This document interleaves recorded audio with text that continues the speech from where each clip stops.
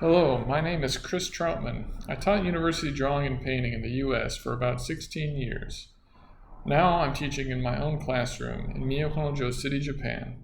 In these videos, I want to share what I learned about how to draw and paint.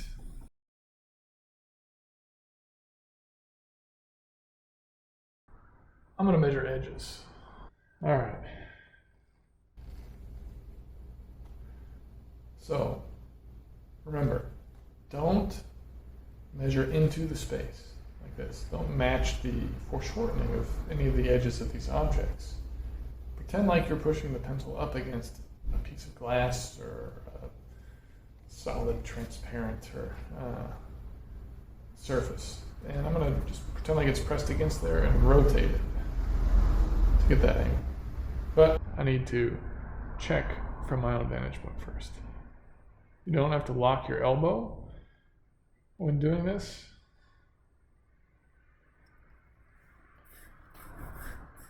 Unlike when you're taking proportions.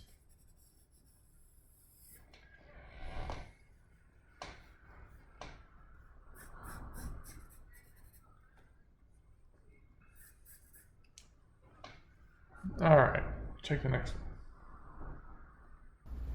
one. Right? Check like that. I'll check from my vantage point.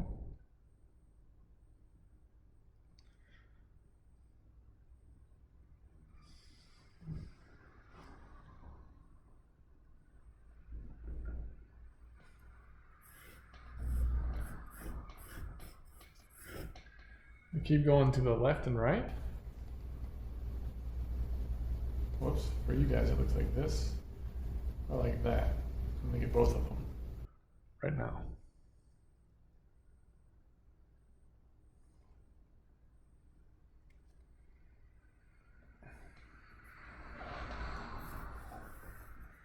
So you don't have to make a perfect straight line. I think when Yuji draws, he's just like, you know, like he's a sniper or something. Okay to have a lot of marks. You keep the best one.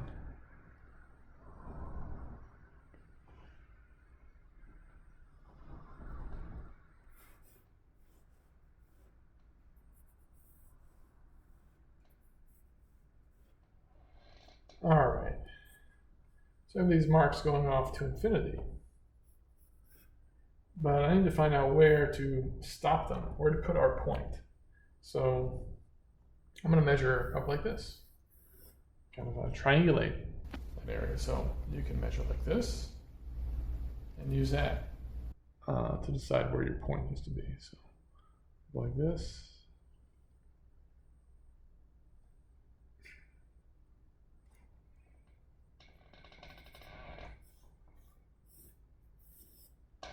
Check it one more time.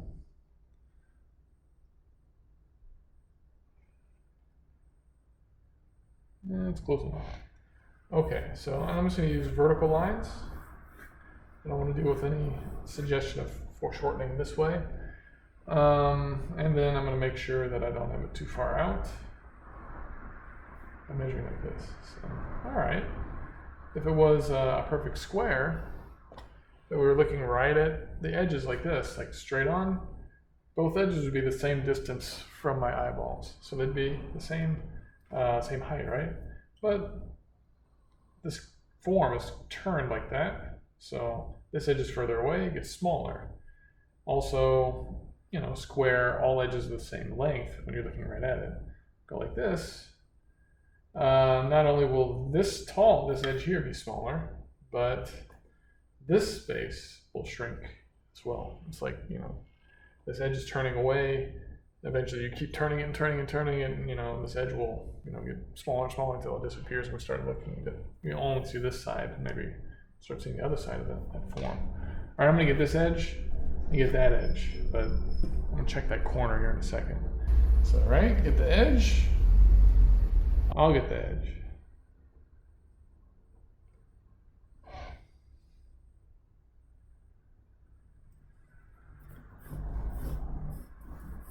All right, maybe this is working.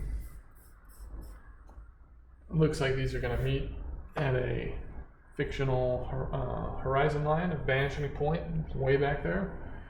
I need to find out where this is going to be. So in my earlier experiment, I was measuring like this. That's where to try to find it, or like this. Using triangulation. So maybe I'll try that again. Like this. Try to find that relationship between these two corners. It may work, it may not work. Yeah, maybe about here. I'm going to try it going that way. So, from this point of view, it'd be like this. All right, is it like this? Yeah, it's pretty close. Another way you can check is using a plumb line. When I'm checking angles, that's called sighting, right? If I'm trying to find a point that's non-existent, something that I haven't just drawn, then I guess we can call that triangulation. We're using all these different measurements to try to figure out where it is. You can also try gridding, which is, a plumb line, to see what kind of space is left over to the left and to the right, and use this as like a way to check proportions. So maybe like 1, 2, 3, 4, and a little bit, something like that. It's not quite a fourth maybe of the length of this edge.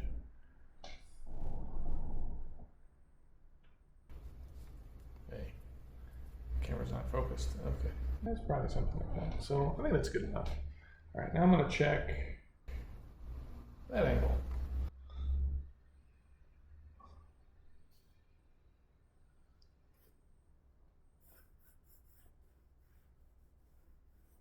Let's make this vertical. Okay.